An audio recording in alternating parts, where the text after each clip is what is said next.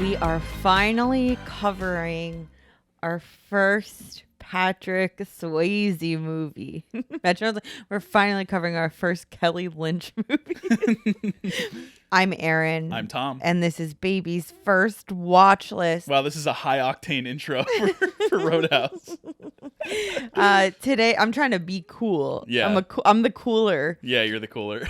Today's episode is all about 1989's Roadhouse. I have never seen it. Now you have. Now I have, and it's so good. As I mentioned in so many other episodes, all good movies are made in years that end in 9. Yeah. Not really, but all movies that are made with years that end in 9, there's a much higher percentage of a chance that it's good. Years that end in 9 make good movies. That's what you're trying to say.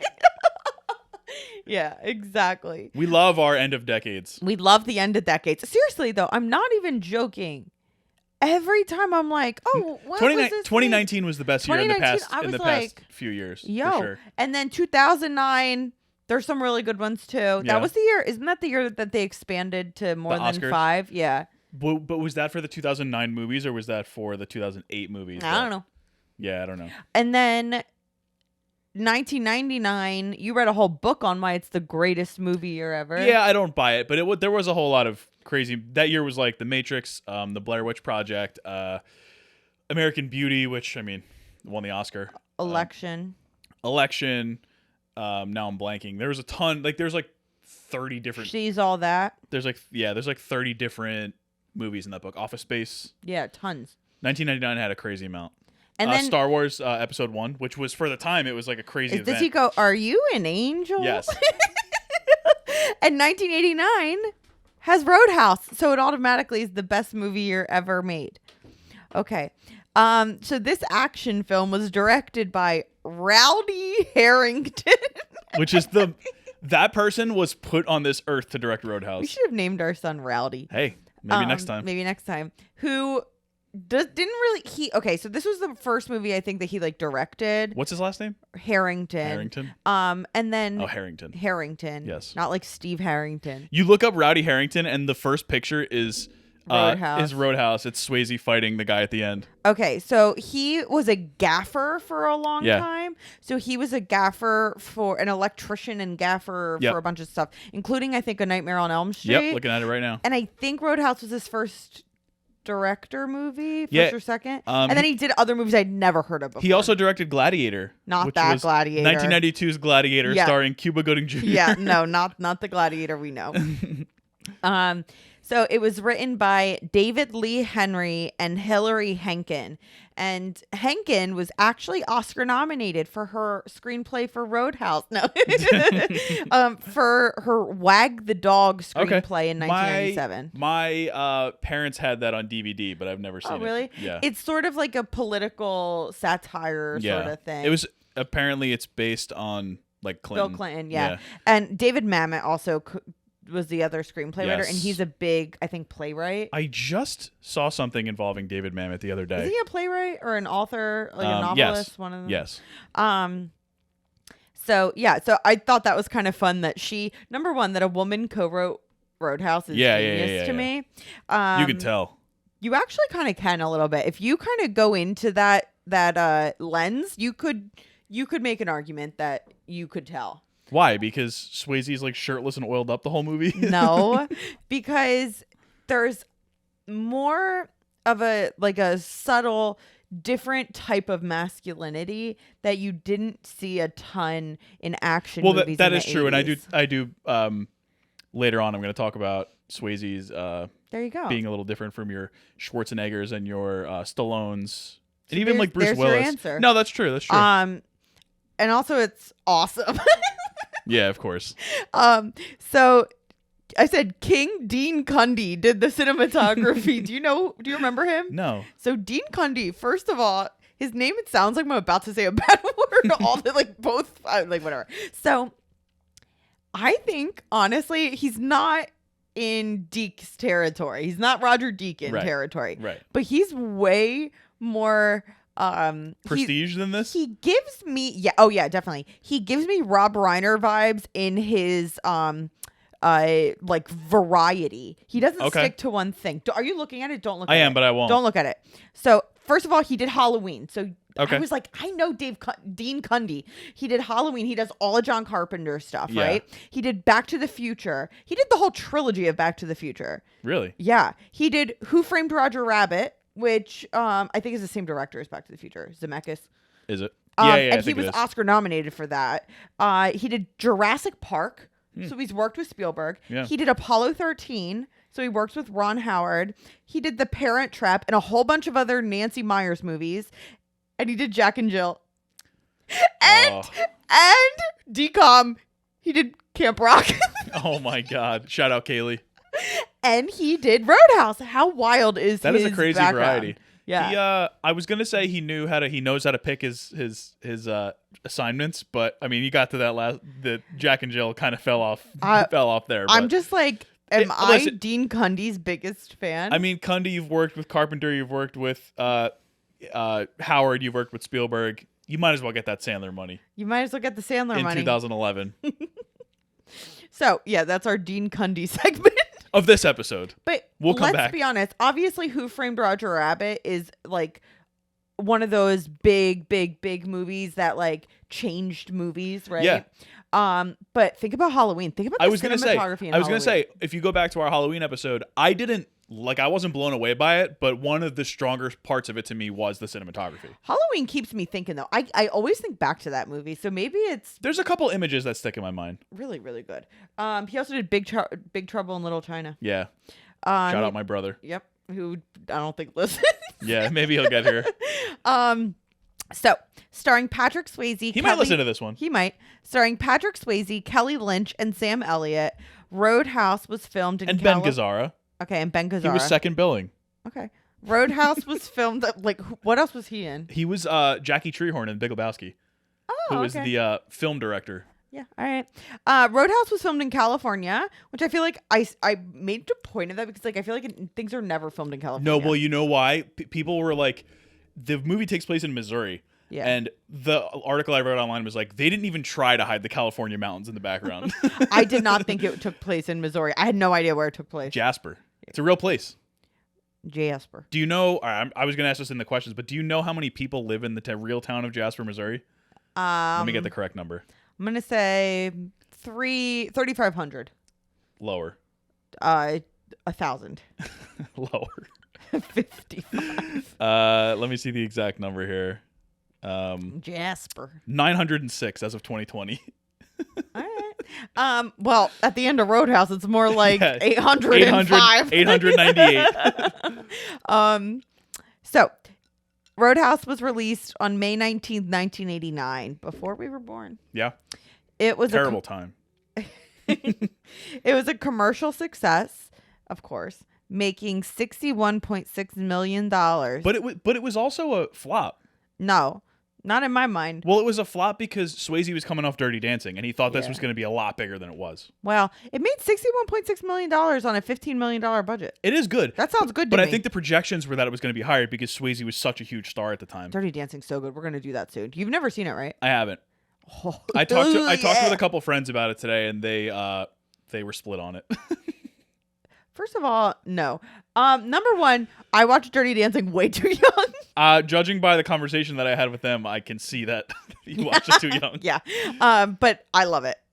Okay. Yeah, we'll see. I definitely said I would. And I watch love it. that it's like set in like the Poconos kind of thing. Like, Yeah. I don't know if it's exactly the Poconos, but it's one of those places. Yeah. Okay. Anyway, critically, Roadhouse didn't fare super well. It has a 39% on Rotten Tomatoes, and it was nominated for 5 Razzies. Picture, actor, supporting actor. Sam Elliott, No. Gazzara. Yeah. Director, poor Rowdy, and screenplay. But listen, our boy Ebert got it right. Yeah. We'll talk about that later. It was, however, the founder of the Razzies later wrote a book on the Razzies, which I think I is should kind get of that. fun. And this made You just got me an Oscars book today. I did. I Oscar Wars. I should get the Razzies book too. Yeah, it's Oscar Wars. I'm excited for you to read it. I want to read it too. Yeah, I got to get through Christopher Plummer's book first. Yeah.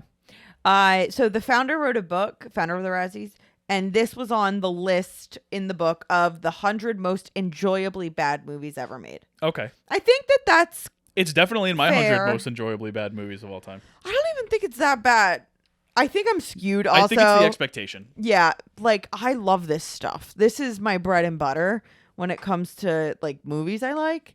So I don't know. I didn't find it bad. This is a movie that I feel like I just watched it for the first time a couple months ago. But I feel like I've seen it my entire life. It's like one of those movies where I would have watched this in high school with my friends, with Mike and Weston, and like we would watch a bunch of like weird sci-fi stuff like Species, but we would also watch Dear Woman. No, that was with Jake. That was with a different group. But yes, the same type of vibe. Like Santa's Little Helper. Satan's Little Helper. Oh God. The Cook. Yeah. Yeah, But those were like yeah. horror movies. I'm talking like action stuff. Okay. Like this, and when we watched Bloodsport, I was loved like, Bloodsport. I was like, I feel like I've seen this movie Yeah. before, even though I hadn't. All right. In the Roadhouse universe, the Roadhouse extended The universe, RHEU? yes. A direct-to-DVD sequel was made in 2006. I didn't look into this. Oh my God, the cover is so bad. Too bad to. Should I look it up? I mean, you can. The lead, who I didn't even recognize him. He actually has two famous ex-wives. Whoa. What's his name? I don't know what his name is. I know who his ex-wives are. Okay. The first ex-wife was Christina Applegate. Okay. My cousin. Yeah. You You talked about that in a previous if episode, you haven't right? watched it, I've always throughout my whole life thought Christina Applegate like was my cousin. Like not like, oh, I thought she was my cousin because someone told me that. Like I just feel like I'm related to her somehow. Jonathan Sheck. Yeah. So Sheck, his one ex-wife is Christina Applegate, and then his second ex-wife is Jana Kramer. He also before Ellen DeGeneres came out, he would accompany her to events. Yeah. Yeah. A remake of Roadhouse. I mean, I don't even need to say this, but the direct-to-DVD sequel did bad. A remake was planned in 2015 with, I think, Nick Cassavetes was kind of... Wait, Will Patton was in the sequel. Yeah, I saw that. And the remake in 2015 that was eventually shelved. Did you see this? Yeah. Ronda Rousey. After she got kicked into oblivion by Holly Holm, they were like, we can't do this. Yeah. So that got shelved. And then now, though, I first found out about this on Good Morning America when the lead was That's being what happens. interviewed. That's what happens when you're at home with a baby. Exactly. A remake is currently underway, directed by Doug Liman and starring Jake Gyllenhaal. I'm a Gyllenhaal head. Yeah. However, to me, the success of the remake is going to come down to whether they hit the tone or not. If they turn it into a serious action movie, it's not. I will tell you this. This is what I see here. On Wikipedia, it said that it's going to be very similar, but just with a little modern twist. So apparently he's playing a former UFC fighter who is now a cooler, meaning like the A head bouncer. I'll get to it. For a bar in the Florida Keys. Okay. That setting alone makes me think that they kind of got it. I hope so. I mean, I would love a good updated remake.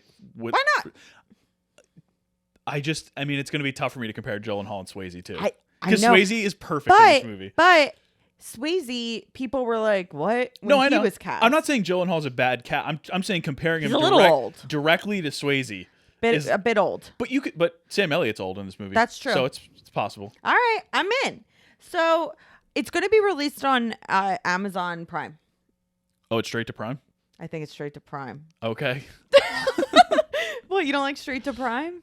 I did it during the pandemic. I mean, it was bought by Prime, right? Oh, so it's like a Prime production? I don't know. It said it's going to be available on Prime. But you would still think that it would be released. Coda was available on Prime. No, that was Apple TV. No, that was Apple TV. What was available on Prime? There's been good movies. But like Sound of Metal. Oh, but it was Sound of Metal. But that was the theaters weren't open. Yeah, that's true. Nobody saw Sound of Metal. Oh no, but you know what? It's Doug Liman though, who is a decent director. What has he done again? He did Born, the Born Identity. He did stuff, Edge of Tomorrow. Yeah. He's a decent director. He That's also did Mr. and Mrs. Smith. But well, that's not bad, Tom. That's actually not a bad one. Yeah, you're always going to see it on TNT and stuff, but yeah. like, well, you're going to see Roadhouse on TNT. Exactly. So that's not a problem. Yeah, I'm not looking. I kind of love the idea that he's like a straight action director for a lot of stuff. It is Mr. and Mrs. Smith has a funny tone to it. Set to be released up by Amazon Studios. Oh, okay, that's not bad. So it's an Amazon Studios distributed distributed film. So it's not necessarily going to be terrible, but yeah, I mean, Doug Liman's fine.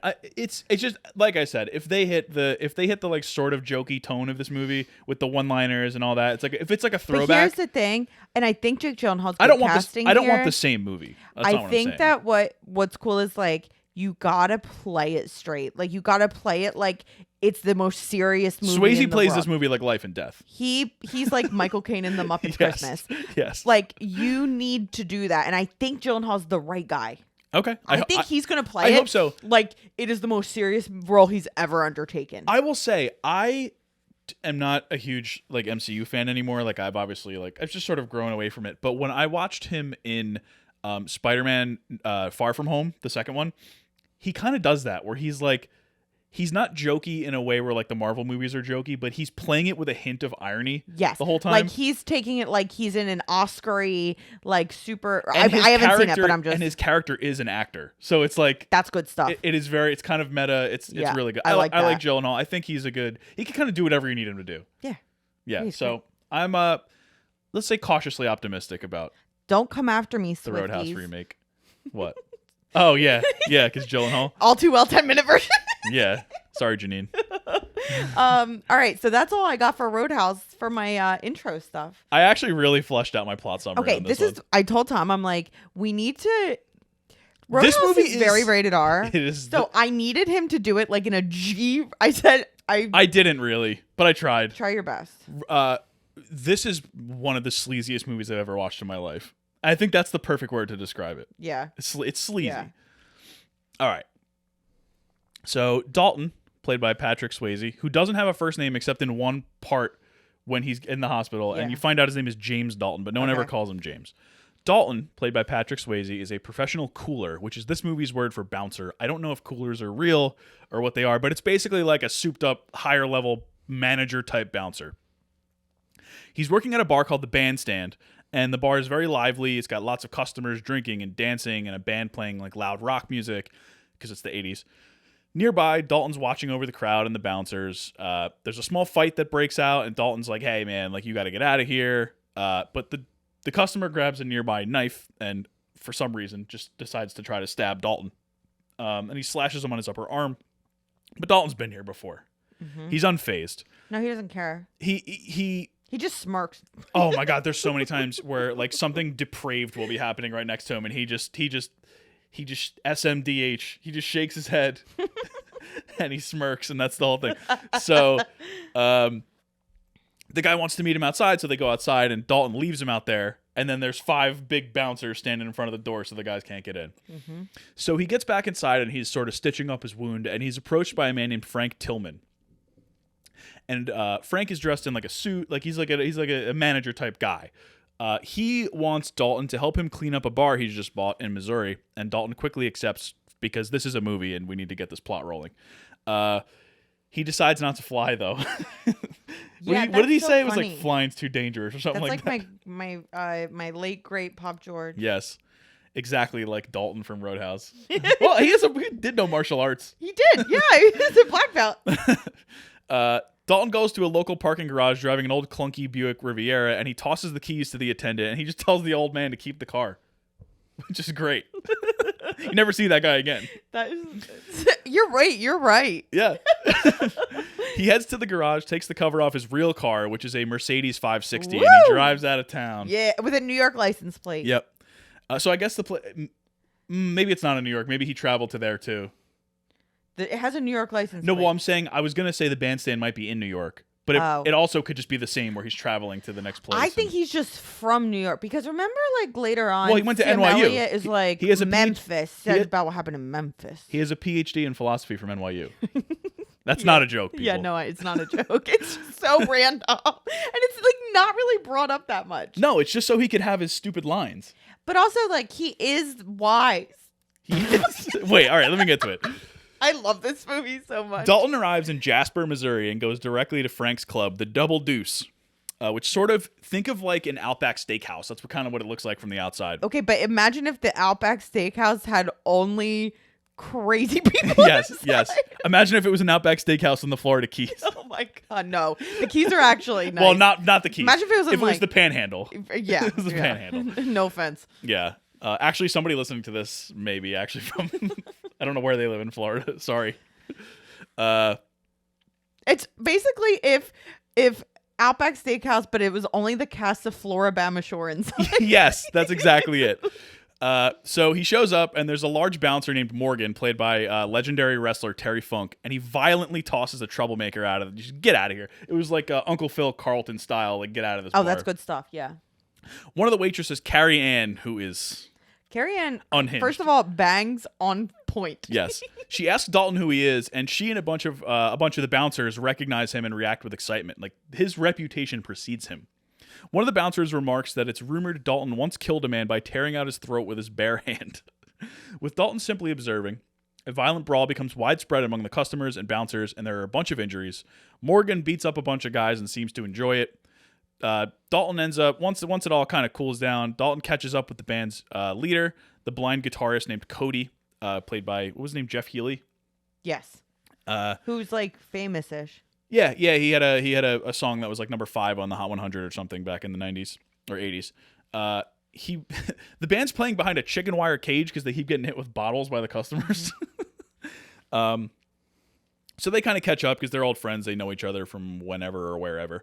It's never explained. Dalton then settles into town by buying another old clunker to drive to work, and he rents a loft apartment on a nearby farm from an old man named Emmett.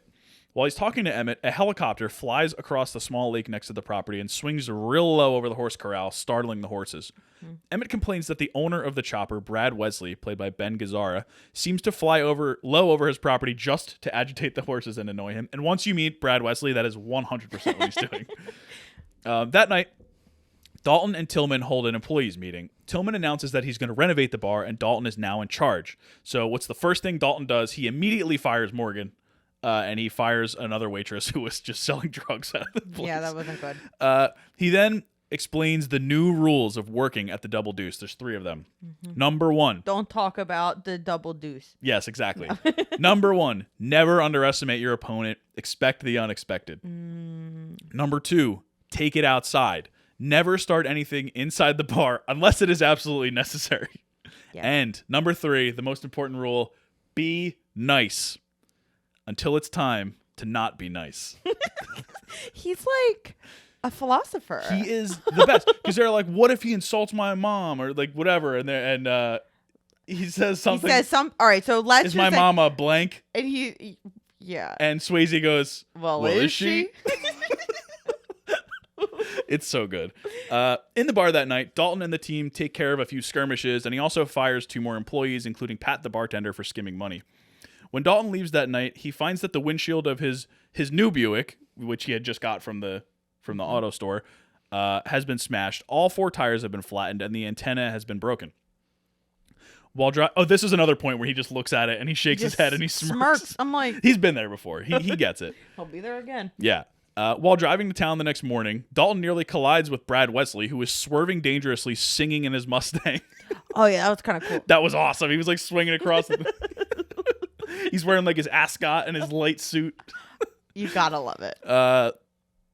At the local auto parts store, Dalton befriends the owner, a man named Red Webster. Oh, he was so cute. He had kind eyes. He sells Dalton a new antenna and he orders him a new windshield. Meanwhile, Wesley walks in. Wesley was driving the opposite direction, but he somehow, I don't know, whatever. He walks in with a sinister-looking man named Jimmy with a single stainless steel cross earring in his left ear, glaring at Dalton as he walks out. That night at the Double Deuce, Dalton is called to Tillman's office, where he's met by the bartender who was fired and a man named O'Connor, who tells Dalton that Tillman has had a change of heart about firing the bartender. O'Connor says that Tillman buys his liquor and beer from Brad Wesley, and Pat is Wesley's nephew, Pat the bartender. This, of course, turns into a knife fight, because why wouldn't it? And Dalton gets cut again by a big man named Tinker. I thought his name was Bear. His name was Tinker. Oh, okay. So that line didn't make sense later on. No. Okay. He kind of looked like a bear. I guess. He kind of reminds me of Paul Walter Hauser, if any Cobra Kai, I Think You Should Leave, Richard Jewell fans out there. Tanya. Yeah, Tanya. If you look that guy up, you'll know exactly who I'm talking about. So Dalton gets cut again. but he easily beats them all with his martial arts skills. Yeah. He goes flying through the window with one of them, but whatever. He wins, and he heads off to the emergency room. He says no one wins in fights. Well, I'm getting there. Oh, okay. This is maybe the most jam-packed wisdom scene in the entire movie. So he gets to the hospital, and Dr. Elizabeth Clay, played by Kelly Lynch, who he exclusively calls Doc, asks him how this bloody gash happened, and he replies, natural causes. When he hands her a folder containing his medical records, she notes that he will be receiving 9 staples in addition to his, quote, 31 broken bones, 2 bullet wounds, 9 puncture wounds, and 4 stainless steel screws, which is, of course, an estimate. Doc asks if he always carries his medical records around, and Dalton coolly replies, saves time. I love this movie. She offers to give him a local anesthetic before stapling his wound, and when he declines, she asks why, and he says, one of the best lines in the movie, pain don't hurt. Pain don't hurt. What? Yes, it does. So as she's stapling him, he's grimacing, and then she looks up at him, and he like fakes a smile. Like he's such a liar, but he's great. He reveals to Doc that he has a PhD in philosophy, but no specific specialization. Just quote, a man's search for faith, that sort of stuff. He hits Doc with another nugget as well when she asks if he's ever won a fight. No one ever wins a fight, he says. Beautiful. Mm-hmm. After dropping knowledge dart after knowledge dart, Dalton asks her out and she seems interested, but we don't really get there. The next day, at Wesley's house, Tinker and O'Connor apologize to their boss, but Wesley makes O'Connor apologize repeatedly and then, of course, beats him senseless.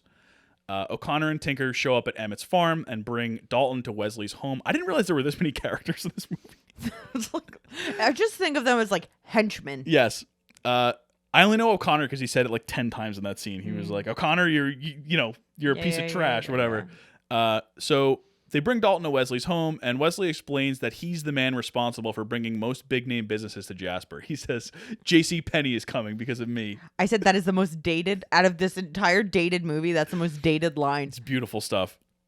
He even offers Dalton a job at the club he plans to open, but Dalton refuses and leaves. Dalton calls an old friend of his, Wade Garrett, played by Sam Elliott. Woo! Who's got amazing hair in this movie. The hair. He's another cooler. He's like the old guard of cooler. He was sort of his mentor. And he asks if he knows anything about Wesley, but he doesn't. A few days later, the bar has been renovated and the crowds have swelled, but it's running out of alcohol. Dalton immediately realizes that Wesley has interfered because no one will do business with Tillman anymore. And Keith David is the bartender. He is. Criminally underused in this movie. He had already been in The Thing, so it's not like he had never had a big role. When Dalton finds out that Wesley's goons are outside, he refuses to allow them in, and of course, this ends up in a violent fight, which Dalton's group easily wins. Who shows up during the melee but Doc Elizabeth, and Dalton takes her out. She tells him with all the injuries he's suffered, he might not live to old age and needs to slow down. At the Deuce the next day, Dalton talks to Cody, the band frontman, who tells him that Elizabeth is Red's daughter, the guy who owns the auto parts store, and a one-time love interest of Wesley. But when she rebuffed Wesley, he became intensely jealous, and so Cody warns his friend to tread carefully. Out back, a delivery has arrived, but Morgan, O'Connor, Tinker, and another Wesley goon arrive, smashing bottles and fighting Dalton. Dalton takes a bunch of them down, but he's hit over the head with a bottle, and who arrives to save him but Wade Garrett. Yay. And they turn the tide to fend off the men. Dalton then takes Garrett to meet Elizabeth, and the two become instant friends. Dalton balks, saying he hasn't had the best luck with women, but Garrett says that the incident where he killed a man wasn't his fault. Since the woman Dalton was with didn't tell him she was married. Oh, wow, okay. Her husband pulled a gun and Dalton killed him acting in self-defense. The next night, Red's auto parts store is on fire and it explodes. Meanwhile, Wesley's at the Double Deuce and he says, oh, it's a shame that Red's place burned down. He also, for some reason, sets up a fight with his man Jimmy and the bouncers, and Jimmy beats up the Double Deuce bouncers until he fights furiously to a draw with Wade when Dalton intervenes. Wesley ends the fight with a gunshot in the air and says he'll leave. So this leads to a scene where some of the more prominent business owners in town, including Tillman and Red, meet together to discuss the Wesley problem. But Wesley finds out about it and has one of his men, listen to this, he has one of his men drive a monster truck through the car dealership of one of Jasper's businessmen and proclaims that Jasper is his town. That scene was so funny. Unnecessary. Elizabeth goes to Dalton's place that night and asks him to leave. But Dalton refuses, saying he's dealt with men like Wesley before and they won't stop until they're taken down. Just then, Emmett's house bursts into flame and also explodes. Oh, yeah, that was crazy. Though Dalton is able to rush in and carry out an uninjured Emmett. Dalton hears Jimmy riding away on a motorcycle and chases him, launching himself an insane distance to tackle him off the bike. They square off, trading martial arts blows, and Jimmy eventually pulls a gun on him. But guess what? Dalton knocks the gun from Jimmy's hand and sinks his fingers into Jimmy's throat. Yeah, I was like, what? Killing him and sending his body floating across the lake to Wesley's house, to the shock of Elizabeth. When he arrives... Yeah, imagine you're like, what? She's not that concerned by it. Okay, She was just like, ugh. Why did you do that? When he arrives at the Deuce the next day, Dalton gets a call from Wesley, who says he's flipping a coin to see whether he's going to kill Wade or Elizabeth, and we don't find out the results. Shortly thereafter, Wade stumbles into the bar, having been beaten badly, so Dalton rushes to Elizabeth, who refuses to leave. Dalton returns to the Deuce to see Wade sleeping on the bar, but he turns him over to see that Wade has been stabbed with a knife and killed. And it says... It was Tails. It was Tails on a piece of paper. Which also means nothing, because it could have been either... Tails could have been Elizabeth. Yeah, we don't know. But still, that is very chilling. Yeah.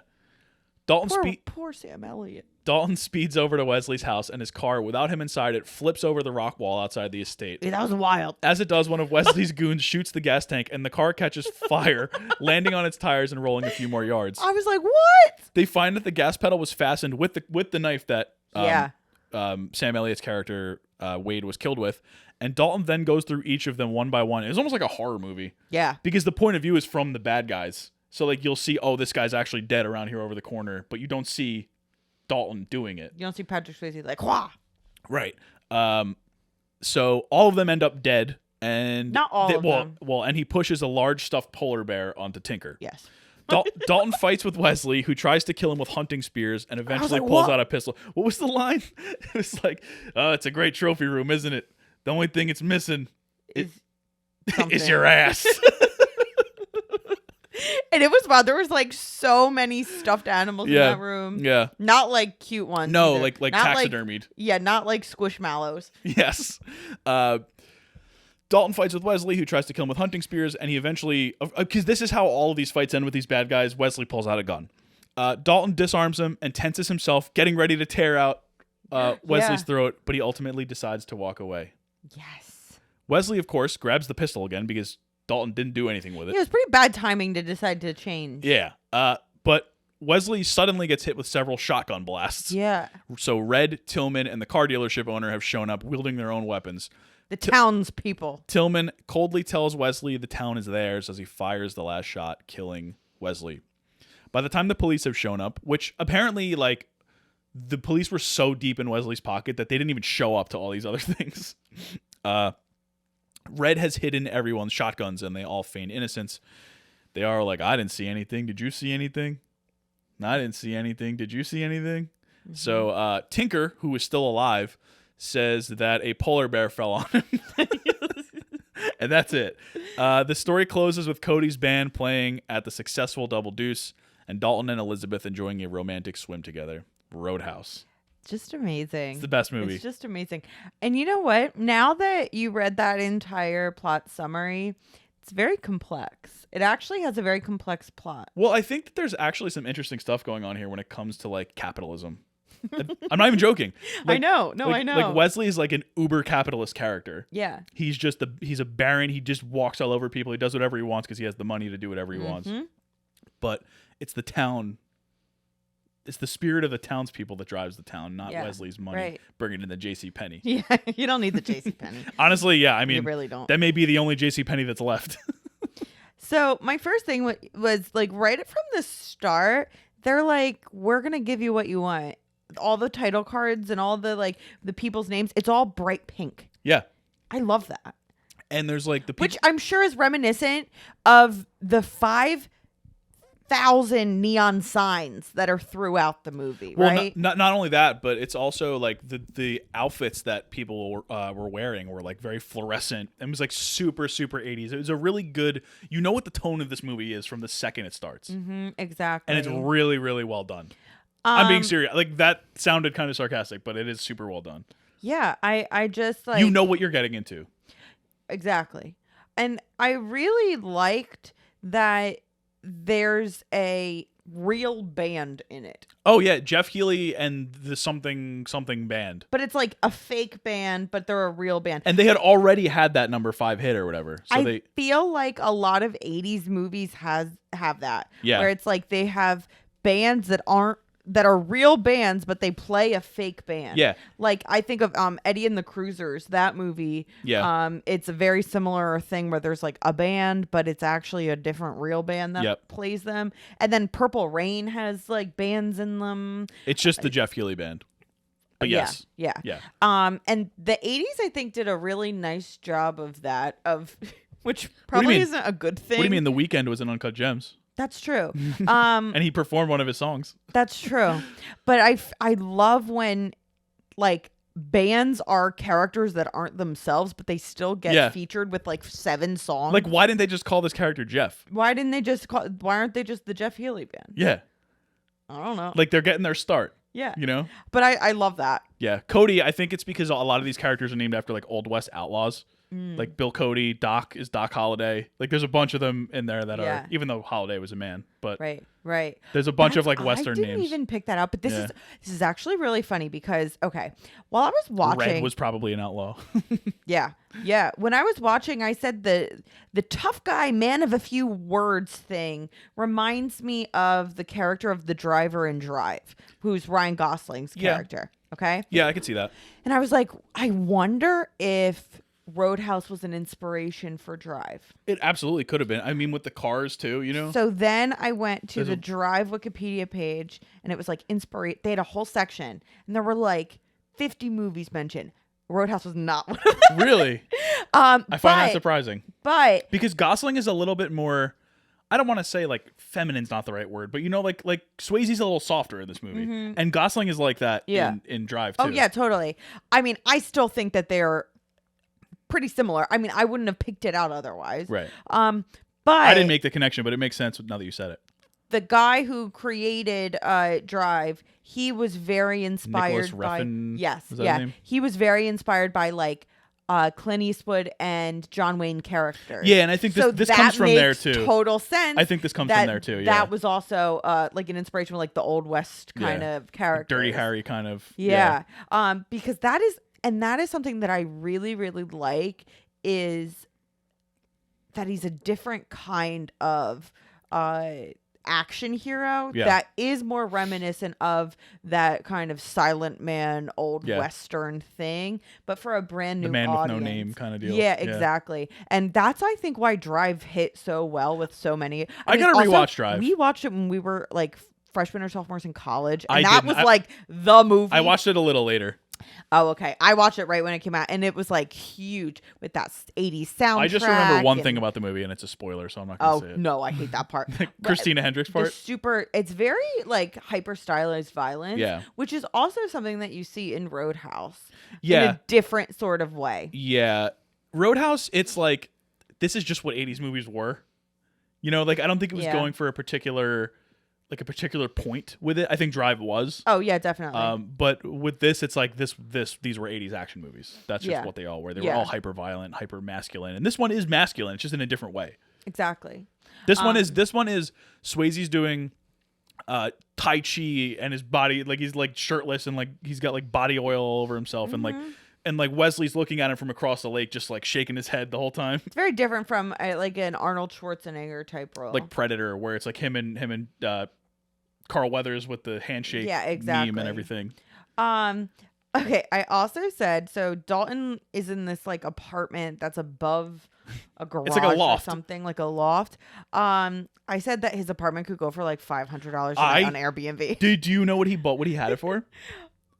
It was like $100 a month or something like that. It's like really cool. Like there's this gigantic bay window that like actually opens up, and it's like $100 a month. He says it's beautiful. Yeah. It's such a cool place. I was like, this place would sell out so quick. It'd be like, come to this like random town in Missouri and stay in this loft for $1,000 a night. Yeah, overlooking the lake. Exactly, and a mansion. Yep. It's so true. Okay. So I wrote Swayze doing Tai Chi next to the lake. So zen, so unique, so different. PhD vibes. It's so philosopher.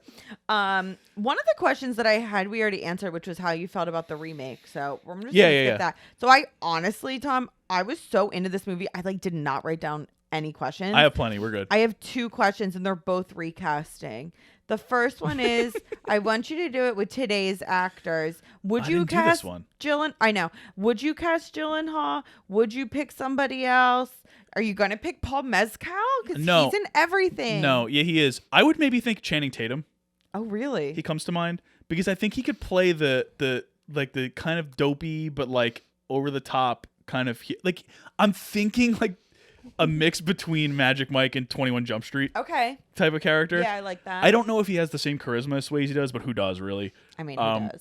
But for some reason, he's the one that popped into my head. I don't know if I would cast him over Gyllenhaal, but just as an alternative. Yeah. Maybe Channing Tatum. I mean, why not my boy, Oscar Isaac? Yeah, why not? Yeah. He's got that kind of vibe. Okay, so it would be a very different. Okay, so he's got a different body type. I have a couple of things here. So he's a little smaller. Yeah. He's a smaller guy. So what? Which is fine. We're small, we're short kings. But in this movie, they say a couple times to Patrick Swayze, I thought you'd be bigger. And Patrick Swayze always just goes haven't I heard that before? Okay. And he's even smaller than Swayze. So it's you could still use the same. You could use the same jokes and it'd probably be better. Oh yeah. It would be more fitting. Why not someone like Andrew Garfield, who's really scrawny? Tom Holland. Yeah. Tom Holland can do flips. Tom Holland would be be nice. Yeah, anybody like that. Yeah, all right, that's perfect. That's the only person you really need to recast, let's be honest. Yeah. Sam Elliott is great. Well, actually, why not just Anthony Hopkins as Wesley? Yeah. Or as Wade. Yeah, you got to be older, so that yeah, makes not sense. that old, but no, not that old. Maybe Hugh Jackman. Hugh Jackman would be a good one. Yeah. Hugh Jackman would be a good Wade. Yeah. Right? A good Sam Elliott. Yeah. He's not he would be a different character because he's not cool. Sam Elliott's cool in this movie. Well, that's a Matthew McConaughey type. Yeah, I think actually that would be a better one. Mm-hmm. He's drawly and he's kind of spacey a little bit. Mm-hmm. And Sam Elliott's great in this movie. He's so good. All right, let's do Doc then. For Doc, I mean, why not a Riley Keough? It could be anybody who can play a straight character. Not very a cut and dry. That's true. She's not much going on with Doc in this movie. Why don't you do an Aubrey Plaza? That would be a twist on it. Yeah, right? Yeah, that would go. She could play droll. If you're gonna put somebody like a Tom Holland in that role, you gotta have somebody to go the other way in the other role. Like Zendaya. Exactly. They have chemistry. Exactly. That would work. Well, apparently is it tonight? What's her name that plays Meredith Grey is available. She was a nurse. Ellen Pompeo. She was a doctor. Just do Ellen Pompeo as why not? Sure. As Liz, as Doc. Yeah. Yeah. That'll work. Tom Holland, Ellen Pompeo. This is the worst. No disrespect to Tom Holland, but Tom Holland is Dalton from Roadhouse. It's Tom Holland, Ellen Pompeo, Hugh Jackman or Matthew McConaughey and Anthony Hopkins. This is the worst casting I've ever heard. This is the worst Roadhouse of all time. This is going to, my next Our second recasting is going to be better.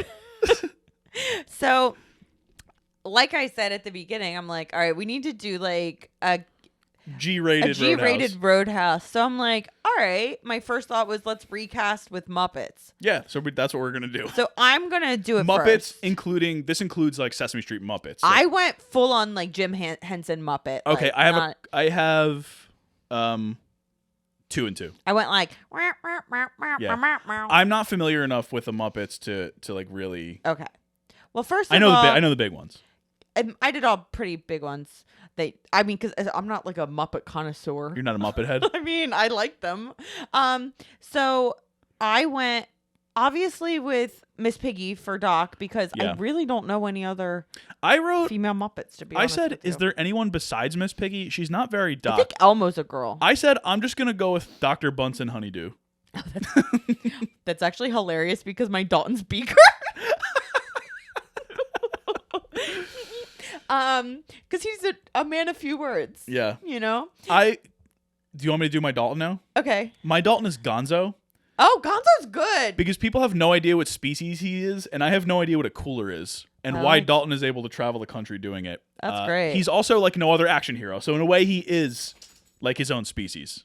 Okay, here's the thing though. Gonzo, there's a roller coaster that he has at Sesame Place, and when I was in the Girl Scouts, we went on a field trip to Sesame Place, and it was like a geology field trip where we like searched for rocks and stuff. Okay. And then the next day, I ate 7 rainbow cookies at like the kind that you bought at like school lunch, like big rainbow cookies. Okay. And I had 3 glasses of fruit punch. And then I rode the Gonzo roller coaster like Threw up. 5 times, and I threw up in the car right on the way home. Pain don't hurt. Pain don't hurt, baby. You got to do what you got to do. All right. So for Sam Elliott Wade, I picked Animal Okay. because of the hair. I picked Snuffleupagus Oh, that's cute. because he feels like an imaginary friend just plopped out from some alternate universe. Nice. And then for Wesley. the villain, I picked Fozzie Bear. Why? He just seems a little shady. I picked Oscar the Grouch because he runs this town. Oscar the Grouch runs Sesame Street. That's awesome. Wait, this is so good. Yeah. We just need Michael Caine, Yeah. and we got a movie. Yeah. Yeah. Just throw Michael Caine in this movie. Michael Caine could play the Terry Funk bouncer. You know, they're talking all about, the next Knives Out should have Muppets, right? You've heard all that. That was like a huge thing on Twitter. No, the next Roadhouse. The Roadhouse remake needs to be Muppets. 100%. I'm done. That's all I have. I was so entranced by this movie. It's great. I stopped asking questions and comments like a third of the way in because I was just like, I need to watch this. Yeah, so I am part of a Discord server, and they streamed this movie a couple months ago, and I watched it, and I immediately was like to you, you will love this movie. It's my perfect movie. We have to do it for the podcast. I love this movie. Here we are, and I'm glad we're able to do it. But yeah, so shout out. But I have a few questions. I sent you some of them. My first one is this.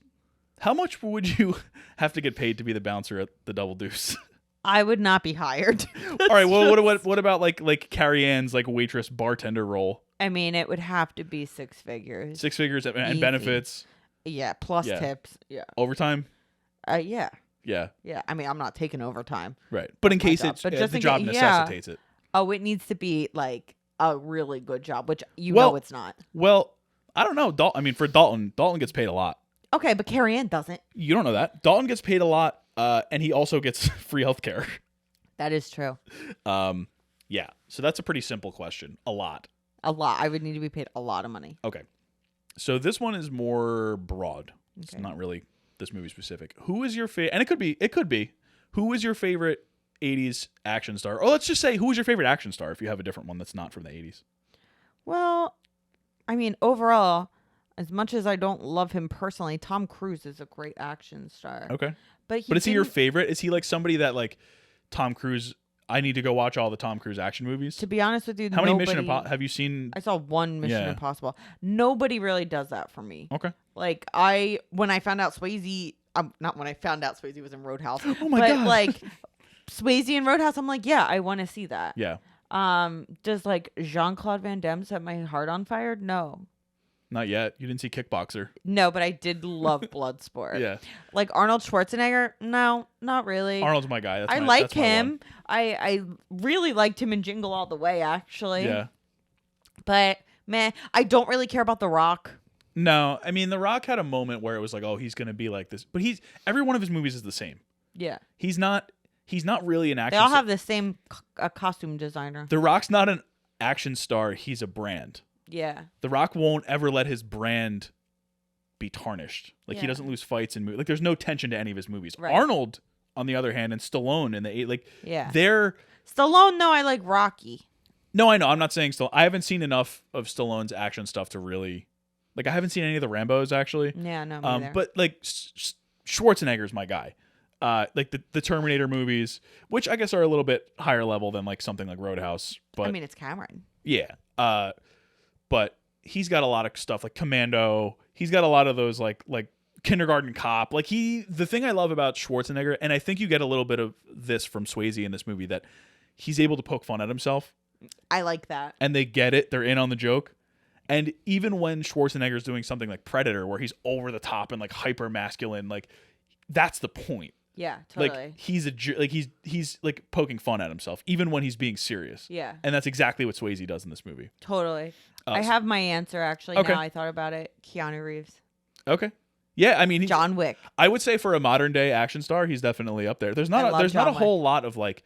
I was trying to think. I'm like, who is an action star of today? Yeah, I mean, they're all people that are older for the most part. know. It's like Cruise and Keanu, and it's funny how they try to make like Bob Odenkirk with the movie Nobody. I love that into stuff. it. Oh, Me too. Liam Neeson. Liam Neeson. Oh my gosh, yeah. Liam Neeson's.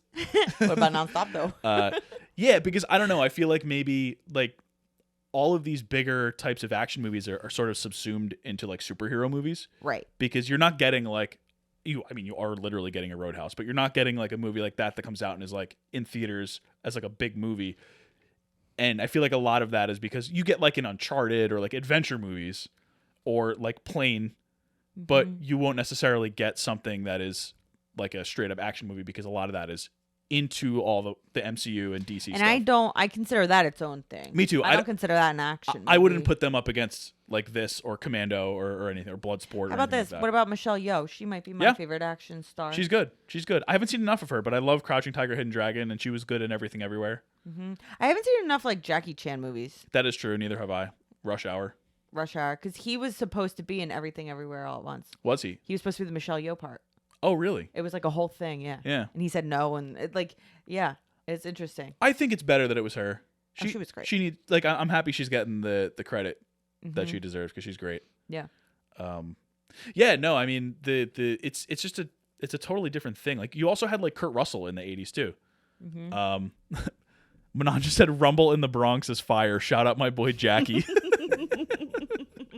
Oh my god. Oh man, the Tuxedo I think was Jackie Chan too. Yeah, and Jennifer Love Hewitt. Yeah, so I mean, there's so many of them. Like I said, Kurt Russell, who he had like his stint there with the Carpenter stuff, like Big Trouble in Little China, in the 80s. He had Escape from L.A., Escape from New York. Opposite, I think. I think L.A. was the sequel. Arnold also had like The Running Man. Yeah. Like there were so many. The 80s were such a prolific time for action movies. Even like I think True Lies had stuff. True Lies, yeah. Stuff Cameron too. again. Yeah. Yeah, there's just so many different flavors of action star from the 80s. And then you have stuff like Angelina Jolie, who did Tomb Raider and Mr. and Mrs. Smith. You've got Mila Jovovich for Resident Evil. Kate Beckinsale in Underworld. Yeah, all that kind of stuff, which I never watched any of that. Neither did I. But I know that like people loved that. I was a fan of the Resident Evil games, but I didn't watch the series. Yeah. I didn't watch a ton of action stuff. Yeah. So. Well, I mean, and then you got catching up, which is like pre-MCU, but like you had the X-Men movies, so you had like Jackman and you know those guys. But yeah, no, I mean, there's just so many different, like I said, types and flavors of action star that I think Swayze is unique though. I think that like something special. You could sort of group some of them together. You could sort of group like Arnold and Stallone together. I think that you get a little bit. I think like Bruce Willis even a little bit is like a little bit Die Hard less larger than life than like a Stallone or Schwarzenegger, but he's like still of that ilk. He's just more of like a regular dude. But like Swayze is like he's larger than life, but he's larger than life because he's just charismatic and he's a smooth talker. What I find interesting about Swayze is that I think he appeals more to women. They said that in I read a little bit about why they marketed this movie apparently to women because it was coming right off of Dirty Dancing. Yeah. And that's why I think that they think that it sort of failed to meet its projections. Sure. But if they had marketed it towards the Stallone and Arnold fans, they probably would have been like, oh, who is this guy? Like, whatever, you know? Right. And not seen it anyway. So it's hard to tell whether that was the right or wrong move. Yeah. And I find that super interesting. Like, I would, if it was like Arnold Schwarzenegger, I would be scared of him, right? If I was the love interest in his movies. They never are, wouldn't though. be, no, I know. But I wouldn't be like scared of Patrick Swayze. Like he like ripped some guy's throat out and Doc literally is like, right in front of her. Doc is like, what the heck? Yeah. She gets mad at him instead of scared. Yeah. You know what I mean? And I feel like that he's got that special something that is really interesting. He was never in any other like real action movies, was he? Not huge ones. No, his big three were Dirty Dancing, Ghost, and this one. Yeah. He was also in what was he in? I saw where he was like, oh, Donnie Darko. He was in like randomly. Yeah, he was. Hey, him and Gyllenhaal. Yeah, there you go. He died so young. Yeah, he was 50 something. 59, 56 or something. 56. Yeah, that's so sad. He died in 2009. Because I looked it up today and I was like, wow, it's already been like 15 years. Yeah. I remember when he died, and I wasn't super familiar with him yet. Yeah. But yeah, that's crazy. Ghost is great. We're gonna have to watch Ghost. Yeah. He's dead in all of it. Yeah, he's Most the ghost. He's the ghost. The titular ghost. What is your favorite quote from this movie? This movie is endlessly quotable. I mean, not most of them I can't say on here. I Pain Don't Hurt is so funny. It's the don't. Yeah.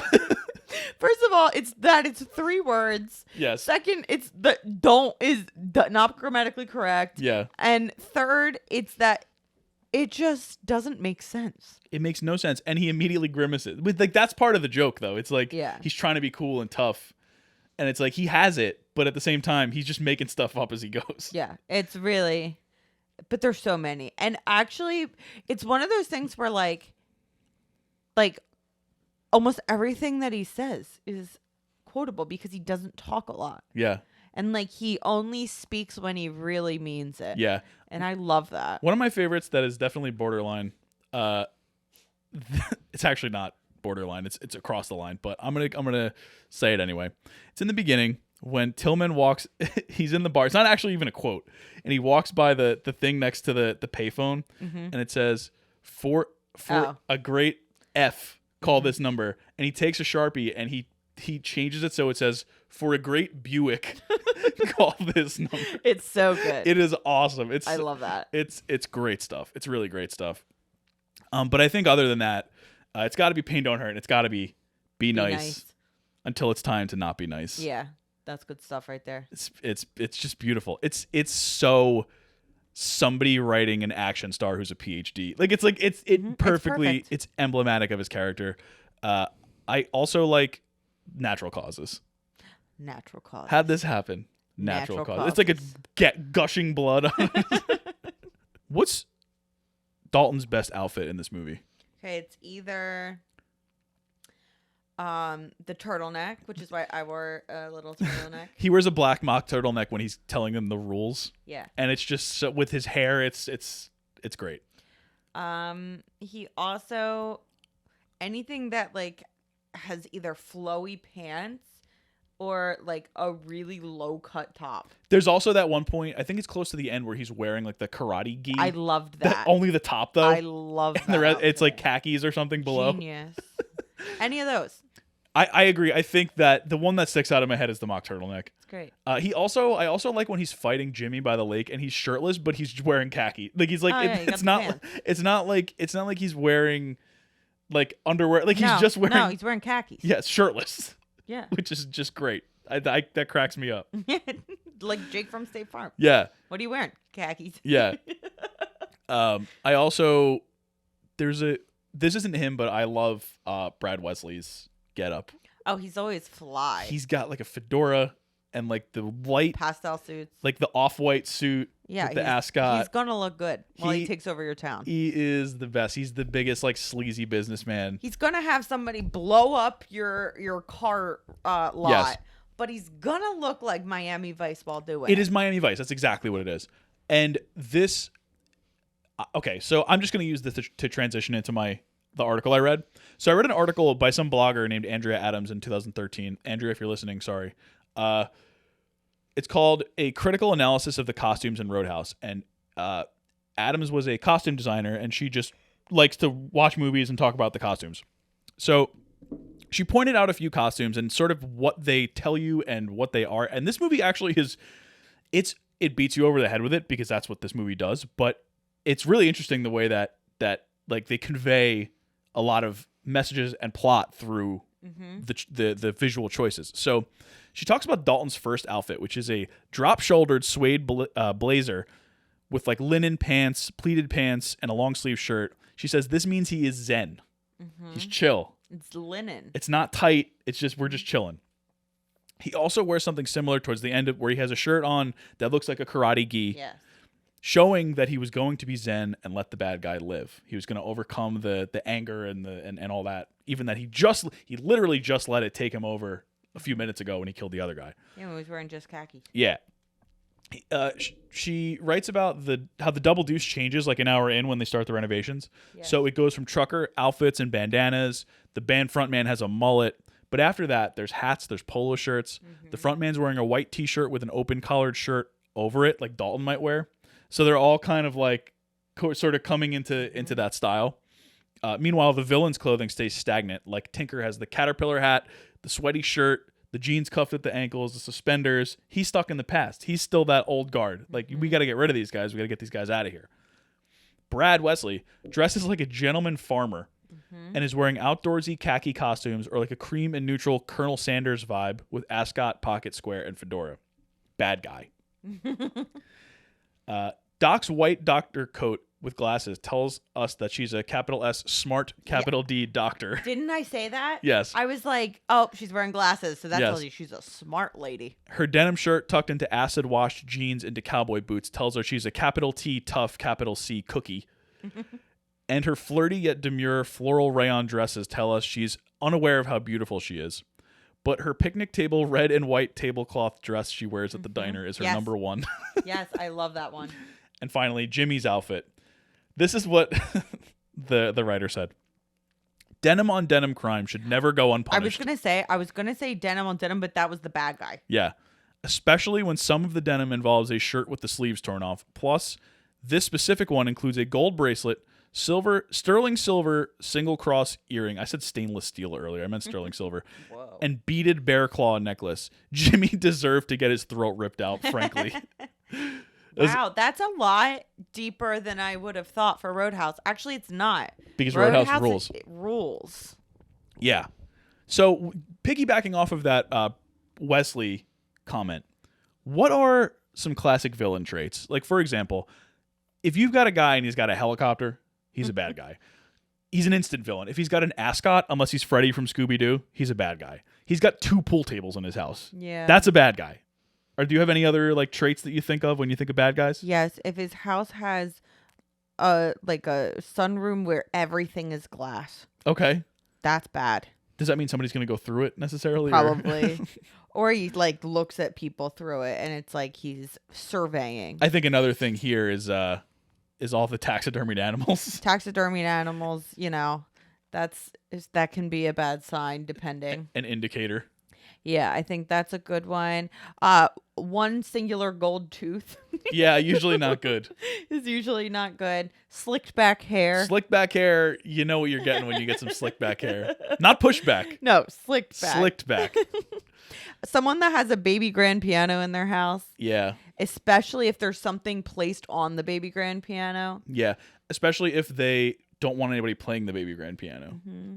Yeah. Someone whose grandma lives with them, but like they are mean to the grandma. Yeah, the grandma's like off. Are you thinking of like The Menu, where it's like the mom? Right. Or I was thinking actually of Knives Out when like only too. Like they're all kind of rude to the grandma. Yes. Yeah. And she's like, ransom? Yeah, exactly. Yes. So that's definitely an indicator. Yeah. Also, anybody who has the Javier Bardem hair from No Country for Old Men. Instant bad guy. Which I think maybe just him.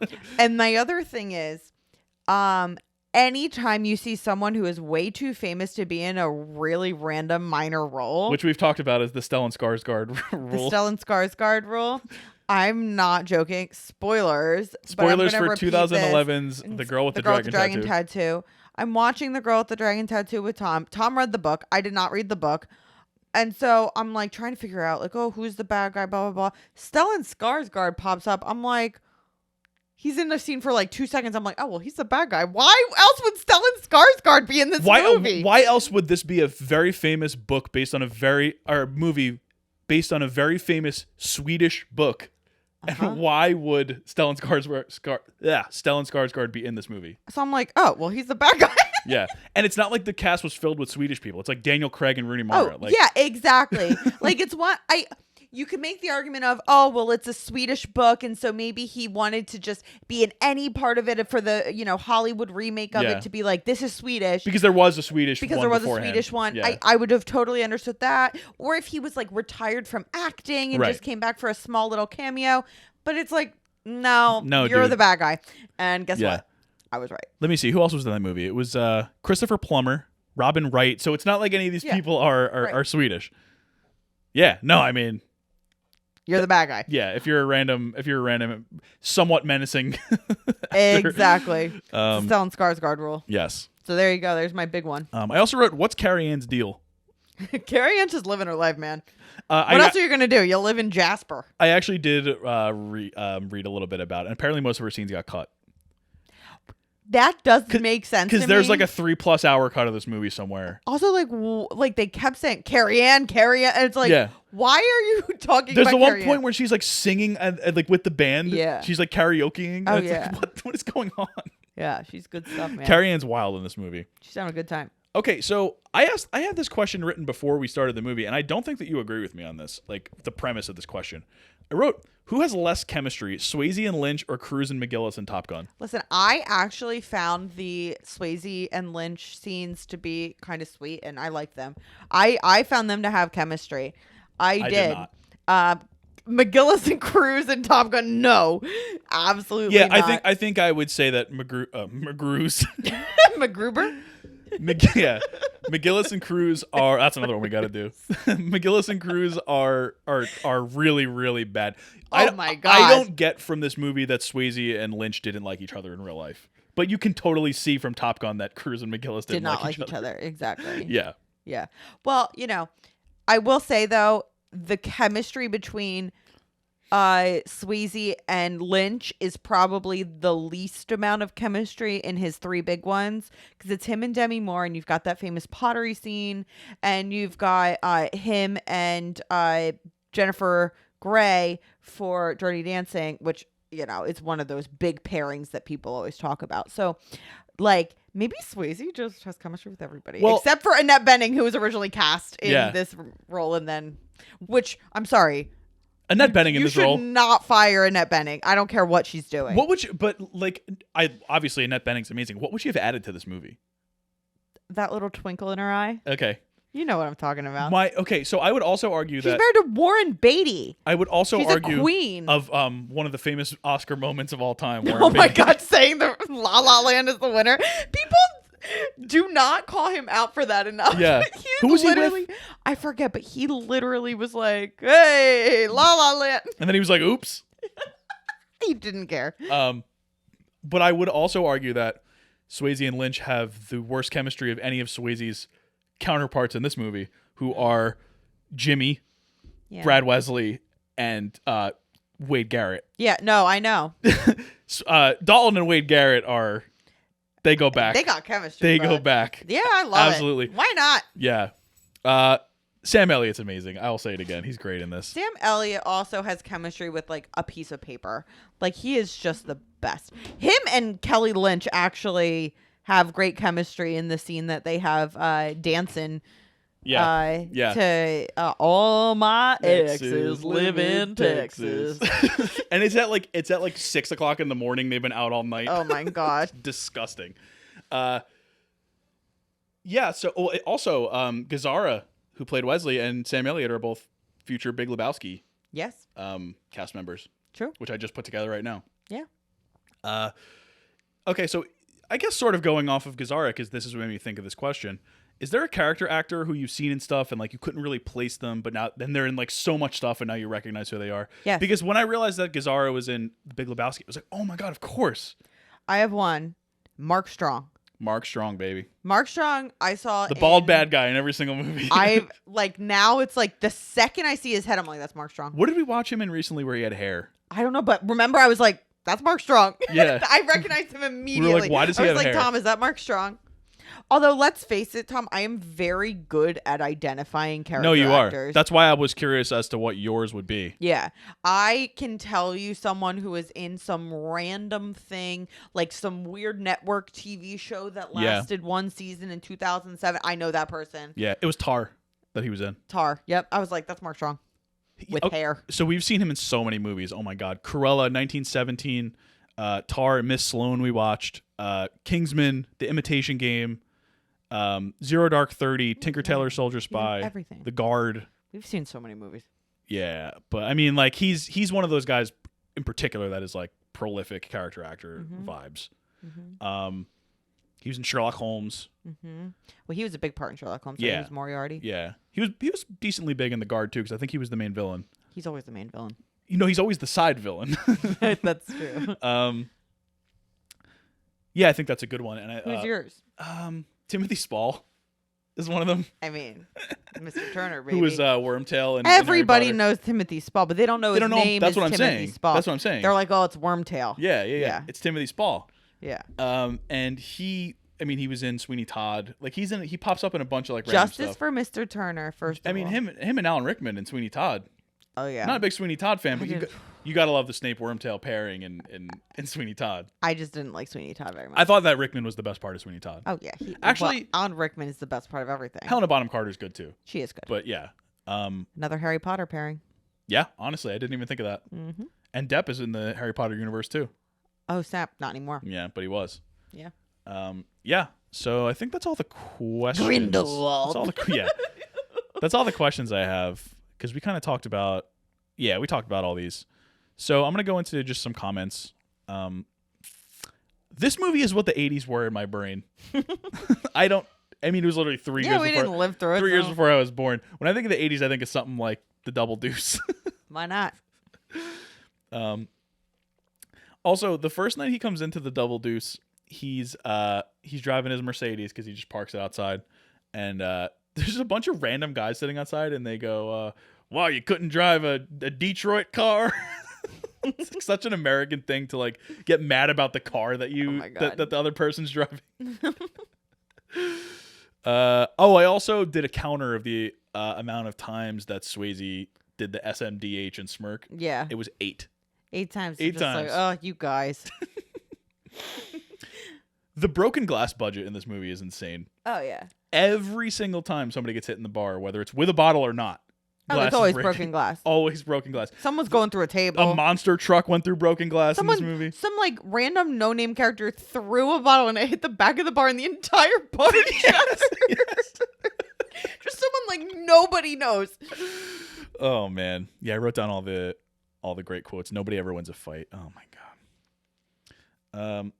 So yeah, there's a nice little heartfelt scene when you see him like start to open up in the hospital when he first meets her, and you get like a little bit of like violin and piano in the score, and then it cuts to the henchman like driving a monster truck to Wesley's house, and it's like such a great amazing contrast between the two, and I noted that. I also wrote, I don't remember the context for this one, but he says, "You're too stupid to have a good time." Oh yeah, I don't remember. That also does not make sense. I think it's when the guys walk in, and remember the guy with like the knife in his boot? Yeah, he's like, "You're too stupid to have a good." They were like, "We're here to have a good time. Yeah. You're too stupid to have a good time." And then they start fighting. Yes, that's it. I wrote, Sam Elliott is so good in this. He pulls up in the bike with the all black outfit to help Dalton when he's getting a 4-on-1 butt kicking. Yeah. And his line, I'm not gonna say it. His line when he pulls up to the Double Deuce is so good. I also wrote, if I were Elizabeth and I was dating this new guy and he's like, "I want you to meet my friend," and he pulls up and it's skeezy Wade Garrett, I would be like, I don't know, man. This guy is not for me. You got to go home. Like, I'm not coming out with you guys. Also, relatedly, highly irresponsible of Elizabeth working the previous night, being out all night, then having to go back to work at like 6 o'clock in the morning. Sleep for a couple hours. Yeah. Like, oh, okay. Wild that Red's place explodes like 4 times. Oh, every explosion that happens, it explodes 4 times. Like 3 or 4 times. Yes. And it's like, why? There are multiple places that explode. Multiple times. Multiple times. In a row.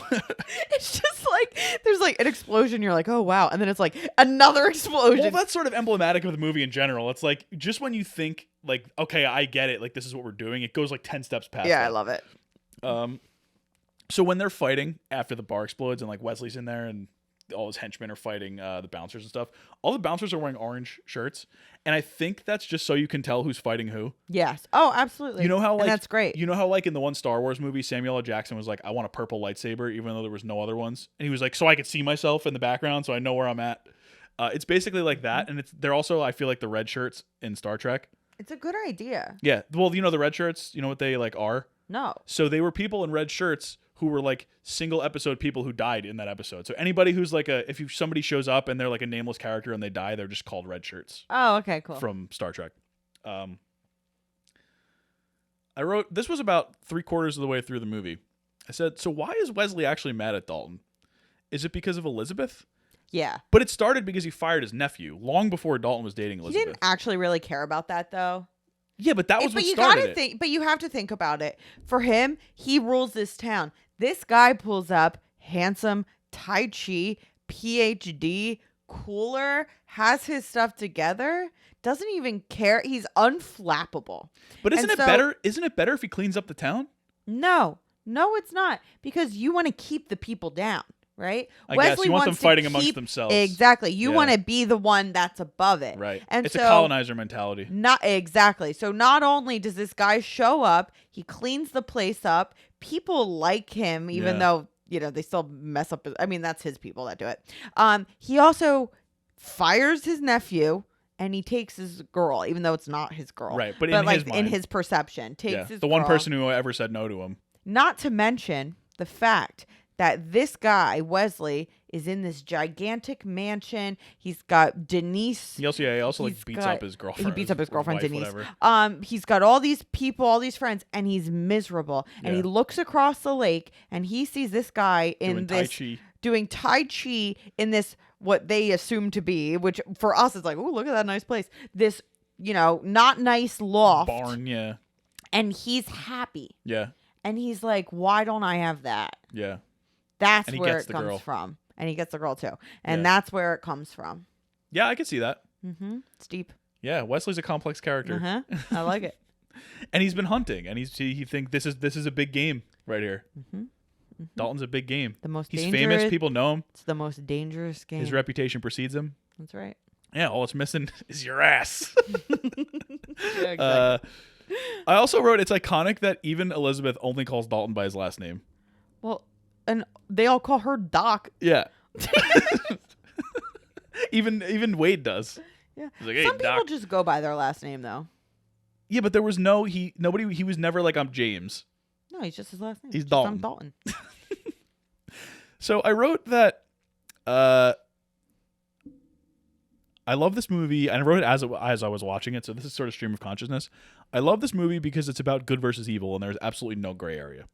Dalton kind of has a bad past, but he's clearly a class act. Oh yeah. And then I wrote, and then Swayze kills a guy as I was writing that. So maybe not, but it was self-defense again, whatever. But yeah. So it really is good versus evil. Like Wesley is the embodiment of evil. Yeah. He just is. Yeah. Jimmy is the embodiment of evil. All the henchmen are the embodiment of evil. Yeah. And I mean, Jimmy has his sleeves ripped off. His sleeves ripped off, and he also has another thing, one single cross earring, villain. Also, he had his shoes had knives. Yeah, exactly. Out of them. Yeah. No, I don't even think that was him. I think that was one of the other guys. Oh my god. Yeah, bad guy. If you got knives sticking out of your shoes. Knives coming out of your shoes. It's not a good sign. If it's a hat like Peaky Blinders, they're not good guys, but they're not necessarily villains for the story. Right. If you got one on your foot, you're a villain. It's not a good look. And then the last thing I wrote when he had Wesley and he was standing there, I wrote Erin yelling, "Rip his throat out." Oh my god, stop. I did not. Yeah, I did. But and that was when he walked away. It was I was just joking. And then I wrote, "Oh, now the police show up." And that was the last thing I wrote. I just have a little bit of we're running long again. I just have a little bit of like trivia and stuff. The trivia on this one was actually pretty good because it's been 25. Oh, I stand corrected. Manon let me know that our fact checker let me know that Will Smith had knives in his boots in Wild Wild West. So I actually will have to remove that one from the list of automatic villain. Maybe they were just foreseeing what would happen at the 2022 Oscars. Yes, it was the pre-slap era. Yeah, so trivia. The film's original tagline, do you know what it was? No. The dancing's over, now it gets dirty. Oh my god. Wouldn't that have been perfect? I actually don't know what the tagline ended up being. I'll look. Okay. Patrick Swayze's fame caused problems during filming because apparently like pickup trucks of women would like come by where they were filming and like interrupt. There was like a raft of people in the river during the fight with Jimmy, which took like 5 days to film. Another person was too busy staring at Swayze to watch where she was going, and she spilled a bunch of her drinks on another extra when they were in the bar. Amazing. Also, the tagline was, "It's a dirty job, but somebody's got to do it." Also good. They probably were like, okay, well, we're gonna get sued if we do the dirty. Yeah, dirty dancing. The dancing's over, so we'll just throw dirty in there. Also, when I looked it up, they gave me the Texas Roadhouse information. Oh, okay, good. We should go. I've been. You're a big steakhouse fan, right? Yeah, I love it. Patrick Swayze was approached to star in Predator 2, which ended up being, I think, Danny Glover. Oh, nice, yeah. And it was in the urban jungle. It was in the city instead of the jungle. Oh, okay. That's funny. But Swayze was unable to because he was injured during both Dirty Dancing and this movie. Oh, I bet. He had knee problems. He had to get his knee drained constantly. You know, Patrick Swayze was just married once in 1975. Oh, really? Married until he died. King. He once commented that during production of this movie, he was not sure he would live through the making of the movie. Oh, my. The monster truck that drives through the dealership is Bigfoot 7, driven by former vice president of Bigfoot 4x4 Jim Kramer. It cost $500,000 and it was done in one take. I mean, how are you going to do that not in one take? Bigfoot had to be repainted after the scene, and it went on to crush cars throughout the country and the world at like monster truck rallies. Nice. Sam Elliott claims that this is the movie that he's recognized for the most, more than Big Lebowski. Really? Ironically, he almost turned it down because he thought it was too similar to his role in Mask, 1985. Okay. Marshall Teague, who played Jimmy, this one is another borderline one, told a story that he took his mother to the premiere of this movie, and there's a fight against Dalton, and he has a very explicit line. Yes, yeah, we're not even going to say it. Yes. In this fight. Yes. When this line happened, his mother jumped up and proudly shouted, "That's my boy." That's awesome. That is awesome. Okay, let me just say this, though. Patrick Swayze also is known for 1991's Point Break. Oh, yes. Catherine Bigelow. We got to do Point Keanu Break. Reeves, we have to do Point Break. Which has a cult following. Yes. And it's a crime action movie. We have to do Point Break. We're doing Point Break. That's the one with the masks, right? Like the president masks? And the third build is Gary Busey. Oh, man. We're doing Point Break. Yes, for sure. When Doc goes to Dalton's bedroom, the classic song "These Arms of Mine" by Otis Redding plays on the radio. This song is also featured in the love scene in Dirty Dancing. Oh, cool. It's a toss-up who used more hairspray in this movie, Patrick Swayze or Kelly Lynch. Swayze joked that hair turned into the bane of my existence. According to cast and crew and also the 1989 interview with Sam Elliott, the original cut of the movie was 3 hours and 20 minutes long. Oh, I wish I could see that. Some of the deleted scenes include Dalton making the other bouncers wear ballet outfits and dance as part of their training. And there was also a still picture showing Dalton fighting with Ketchum, who's the guy with the knife in his boot, in a different fight. And most of Kathleen Wilhoit's scenes, who's Carrie Ann, were deleted. The theatrical trailer shows some deleted scenes. Dalton grabbing some guy by the mouth and telling him, "Don't be rude." Wade sitting on a couch drinking a beer and saying, "So says the fighting philosopher." Carrie Ann sitting in a car with Dalton and asking him, "What's the matter, Dalton? Don't you like women?" Carrie Ann, jeez. Dalton says, "I'm not afraid of him," in the scene where he talks with Doc before Emmett's house explodes. Wesley in the bar after Red Shop has exploded, telling Dalton, Red, and others, "I guess you'll be having that fire sale now, huh, Red?" And there's a bunch of other scenes that got cut, including when Keith David's character gets introduced. He gets into a fight with some rednecks and beats them up. Okay. And that's when he hires him as bartender. There were a lot more scenes between Keith David and Dalton, which makes sense because he's billed in the credits. Yeah, exactly. Yeah. So Sam Elliott also said a bunch of Wade scenes were cut out. He explains his tattoo, like all that kind of stuff. So I need the 3-hour, 20-minute cut. So Dalton makes impressive money as the cooler. For his maximum earning potential at $500 per night with 365 days, he would make $182,000. Along with his $5,000 up front in 2022, that would equal $450,167.84 plus free medical expenses. There you go. So as I hinted at earlier, while the critics in general, the critics en masse may not have adored this movie, Roger Ebert had it right. Yeah, he got it. As per usual. Yeah, tough. For the most part. He gave it 2.5 stars out of 4, which I think is fair. He said, the guiding spirit of Roadhouse can be glimpsed in one particular scene, which is set in the trophy room of an evil sadist who holds a helpless town in his iron grasp. His hunting trophies include not only the usual deer and elk and antelopes, but also orangutans, llamas, and a matched set of tropical monkeys. This guy went hunting in the zoo. We are expected to believe that the sadist financed these hunting expeditions by shaking down the businessmen in a town that, on the visible evidence, contains a bar, a general store, a Ford dealership, and 2 residences. Roadhouse is the kind of movie that leaves reality so far behind that you have to accept it on its own terms. He goes on to say, Roadhouse is said to be based on an actual case in Missouri where the local bad guy, universally hated by everyone in town, was murdered in broad daylight, and no one in town seems to have seen a thing. Mm-hmm. If that is the genesis for the story, everything else in it seems to have come from a cheerful willingness to go over the top in every way possible. He also says, this is the first movie in a long time to use the line, prepare to die. And how long has it been since the same movie contained A dash into an exploding building to save an occupant, B, a rock and roll band protected by a plexiglass shield, C, goons who line up for instructions and call the bad guy boss, D, a lecture on the fine points of being a bouncer, and E, random quotations from great Western philosophers. This movie is so top-heavy with plot, it can even afford to ignore some obvious impossibilities. Some obvious possibilities. For example, Swayze's rented room is on a ranching spread across the river from Gazzara, and Gazzara is so busy with his other villainous duties that he doesn't have the time for the standard subplot in which he wants to run the rancher off the land so he can build a subdivision. Mm-hmm. Of course, in a town with 2 residences, there may not be much pent-up housing demand. True.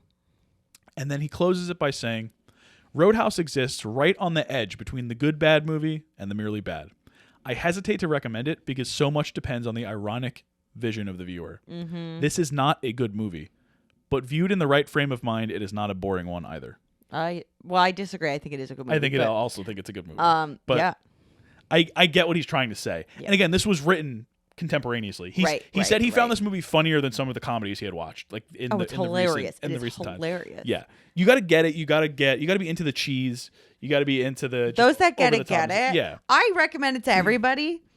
Maybe not at children. I would say there would be a certain age, maybe should be above. But yeah, but once you're an adult, go for it, dude. So on that note, does Roadhouse make baby's first watch list? Yeah. Probably a little bit later. Probably college. Yeah, college. Maybe high school. Depends on how mature he is. Late high school. Yeah. I know people that, like, not this movie in particular, but, like, people who've grown up with these types of movies, like, while they're, like, 12 years old. Oh, yeah. It's great. No. It's great. Do you have any takeaways? I've got 2. You go for it. Pain don't hurt. Pain don't hurt. And be nice until it's time to not be nice. Yeah, it's one of those movies where, like, it speaks for your itself. life lessons speak for themselves. It speaks for itself. Swayze might as well have been looking directly into the camera saying those lines. This is one that I think when people listen to our episode, they're going to text us and say, I actually really want to watch this movie now. I hope so. I hope they watch people it. do that like reasonably often. And this is also a rare movie. I got 2 people to watch Grizzly Man. Yeah, that's good stuff. I love Grizzly Man. This is a rare movie that hits 2 points. Number 1, road and house. No, number 1. They're both dealing with Letterboxd. Letterboxd, if you don't know, is where you like put what movies you've watched. You can rate them. You can write reviews. If you know what Goodreads is, it's Goodreads for movies. Yeah, and you can have your friends, and you can see, like, if you click on Toy Story, you see, like, all your friends that watch Toy Story and all their, like, ratings and reviews. Roadhouse Now, I typically, if I like a movie, I think it's pretty good, I'll give it 4. You are a 3.5 giver for good movies that you like, right? Yeah. Like a standard movie to me will get a 4. I've also normalized 3s. Yeah, he'll go if he likes it a little bit less than like, yeah, I like that movie. Yeah. It'll be a 3. A lot of people that I follow are like half-star people. I'm not like that. I even gave Blonde 2 stars. I gave it 1.5. Which tracks with what we were just saying. Exactly. Number 1, this is a movie that both you and I gave the same exact score. This time, I gave it a different one last time. Oh, you did? And number 2, we gave it a 4.5 out of 5. Yeah, I gave it a 4 the first time, and I gave it a 4.5 the second time. This movie just in case you thought I would reconsider and be like, actually, this movie's not that good. No, it rules. I doubled down on it. It's a 4.5. The more I watch possibility of going to a 5. The more I watch it, it's definitely possible Could go to a 5. Yeah. There's nothing. The thing is, the movie's 2 hours, which is like fine, but it flies by. The movie flies by. Yeah. Yeah.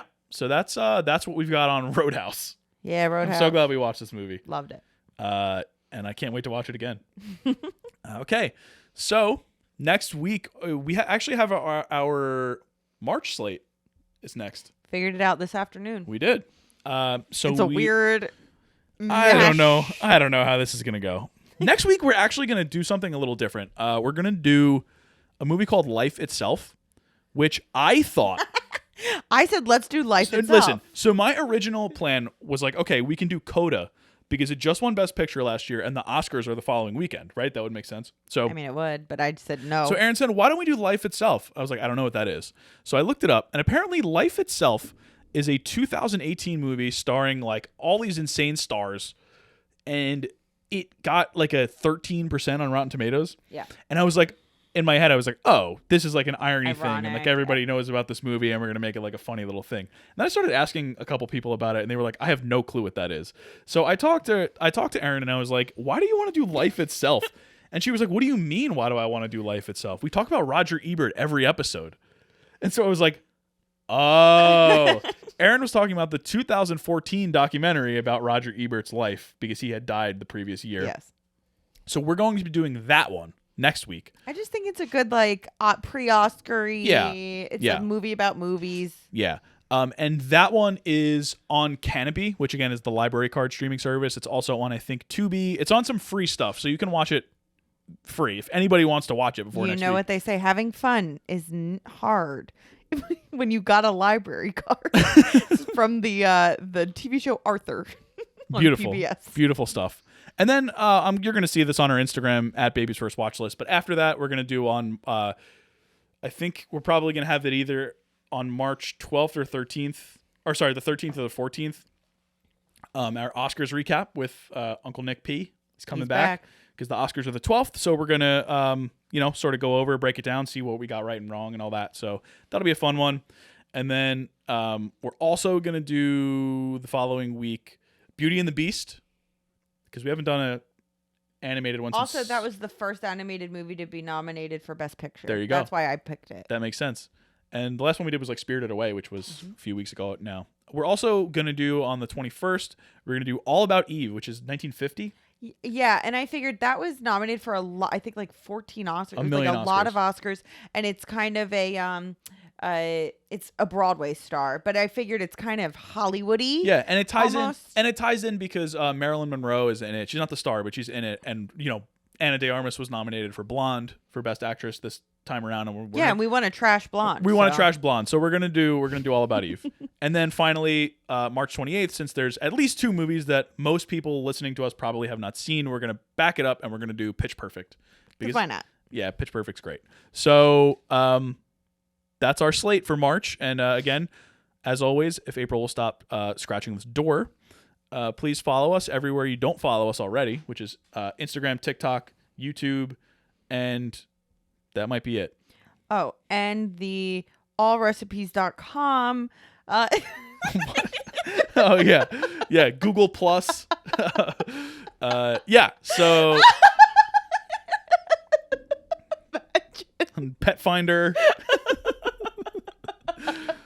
Yeah, we're on Pet Finder. Yeah. Oh, it's Spotify. Spotify's the other one. Oh, my God. Yeah. Catch my sick beats on SoundCloud. Oh my God. Just pick up your latest issue of Reader's Digest. Please, for the love of God, let me end this episode. We've been getting more like ratings on Spotify, so please rate us on Spotify. Give us a like. We got one more. Huh? We got one more. Yeah, that's more. Yeah, anywhere you can throw us a like or review or rate us, please do that, and we'll really appreciate it. Catch us at your Sunglass Hut. Yeah, follow us on Sunglass Hut. All right. See you later. Bye.